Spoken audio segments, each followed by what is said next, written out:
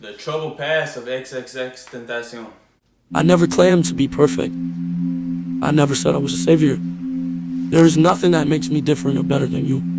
I'm no better than you or anybody. Whatever I have done in this life, anyone else could have done the same thing. Drew Android. Third actor, just say Android, aka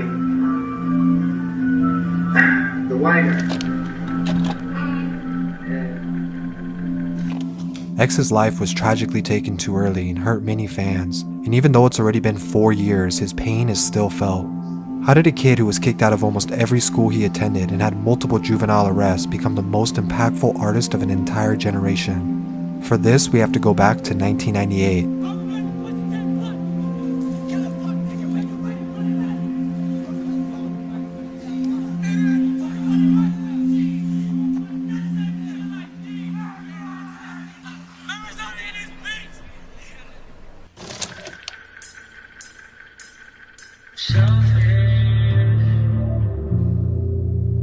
Xxxtentacion was born January 23, 1998 in Plantation General Hospital in Florida.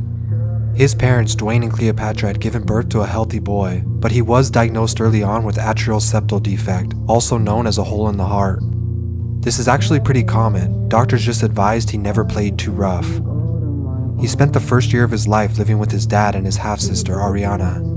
Ariana watched Xxxte grow up firsthand and knows more about his early childhood than most. She published videos going into detail about his upbringing, but for unknown reasons the videos have all been deleted. But this is what we do know. Always been empty. I think I'll always be empty. It's a big problem. It's like a void nobody can fill. After being born, his parents had already separated. He would visit between both his mom and dad's homes until settling in with his dad at 36th Street, West Palm Beach. Although he was living at his dad's house, he spent most of his time there with Ariana and her mom while his dad was away working. Dwayne and Ariana said when Xxxte was little, he always wanted the attention to be on him. He would cry until someone picked him up and then go quiet. Although this is completely normal for an infant to do, this would foreshadow the troubled upbringing and behavioral patterns to come. Sometime in 1998, Xxxte's dad had an affair with another woman, giving birth to a third child under a third mother. It was only a few months after this video was filmed that Tacion would call off their relationship. She called Cleopatra, Xxxte's biological mom, and asked her to come pick up her son. They met at a gas station nearby, and from here forward, things were never easy. Dwayne and his half-sister Ariana remained in his life, but under the new living conditions, he mostly only saw them on weekends. Xxxte was now staying in Pompano Beach with his mom. His mom was single, working as a stripper, and couldn't always take care of Xxxte. This meant he would spend a lot of times with various babysitters, or even his uncle. This eventually grew problematic as Xxxte was known to need a lot of attention, and when his mom was home with him, she often brought men with her and gave little to no attention to him. My mom just had me, she was in a situation where, she wanted me around, but she couldn't afford to, She tried to take care of him the best she could, but was dealing with her own problems. Cleopatra always assumed if he had clothes, food, and a place to stay, she was providing everything he needed, but fell short of giving him the attention he deserved. This is partially the reason he felt like an outcast and had very little real friends. He always felt like he wasn't good enough. But people always respected or feared him. Xxxte never liked bullies and he would stand up to them whenever he got the chance, whether it was for himself or other people, he didn't care. However, around 7 years old, a few significant events happened that really affected his view of the world. This is where things get interesting and you really start to understand why he was the way he was.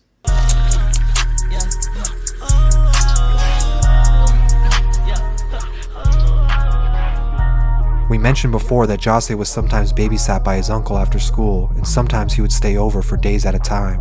Unfortunately, his uncle was known to suffer from depression, and because of this, he often had outbursts.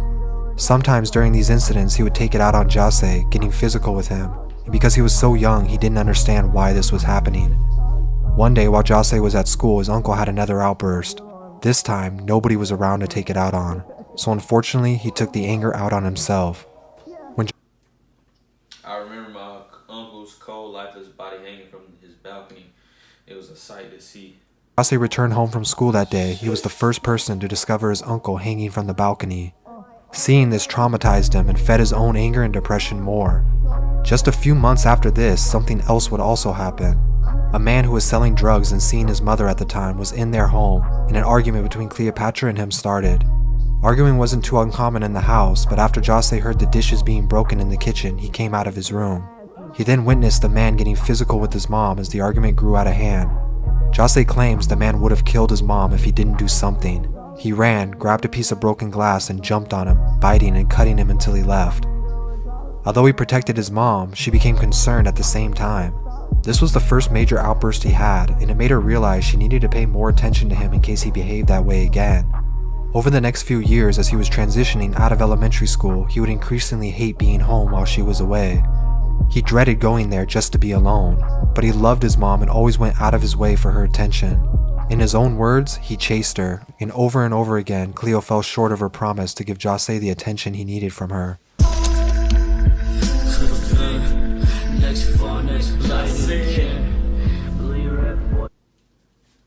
For anybody who didn't know, Xxxtentacion is his real name, Jose Onfroy.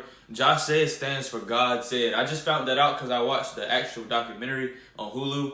If you haven't watched that and you like XX, if you like any of his music or anything, or him as a person, the character he portrayed while he was here, if you really want to watch something that was entertaining, get a Hulu subscription and man, watch it, man. It's very entertaining. It's called Look at Me. Or if you have any other streaming services, watch it, bro. It was good. Meanwhile, this is happening, Jose's dad was the only other person he could get that care from. He remained active in his life, but mostly only saw him on the weekends at this point. But even that came to an end. Around 2008, his dad would run into some trouble with the law. He met a man who was interested in buying weed in bulk from him. Dwayne and a few others agreed to sell the man 800 pounds, but what they didn't know was a full surveillance team was doing an investigation on the entire process. It was revealed the man was an undercover DEA agent, and they seized over 500 pounds of weed, with Dwayne and 7 others being arrested. The trial would last until mid-2009 when he was sentenced to 9 years in prison for money laundering, conspiracy, and drug trafficking. Jose's dad was a prominent figure in his life who provided stability, and just like that, he was gone. At the time, Jose was attending Margate Middle School. It wasn't the best school in the area, but it was the perfect place for his rage that was building up. He spent a lot of time online with the laptop he got for Christmas, just talking and interacting with people, sometimes playing video games to distract himself. But when he wasn't playing Xbox or PlayStation, he was getting into fights. We all know that. We all done seen the fight videos. This became a regular thing, causing him to be expelled from schools. His mom would argue with him about things like this because she wanted him to be great academically and go on to better things. But Jose knew that wouldn't come from school or being a well-behaved student. He is what he is because of himself, and he didn't want to keep hiding it. His mindset started to change, and his appearance as well. The way he dressed and acted was unique to him and represented how he felt better. In the 7th grade, he was forced to start at a new school. Although he considered himself an outcast, he was always able to attract and meet people like himself, so making friends wasn't too hard for him. He was friendly unless you gave him a reason not to be, he said. The only subject he actually enjoyed in school was history class. Everything else just led to more fights. There was something about fighting that he loved. He liked fighting for people who couldn't fight for themselves, but also for the thrill it gave him.